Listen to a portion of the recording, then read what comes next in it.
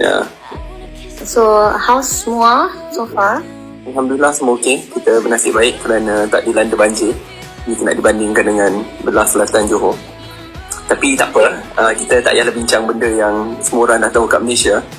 How's Saudi, how's performing umrah?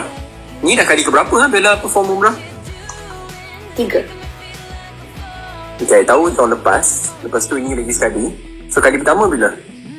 2024. Hah? 2024? Sorry, 2023. Oh, so 3 kali betul-betul lah.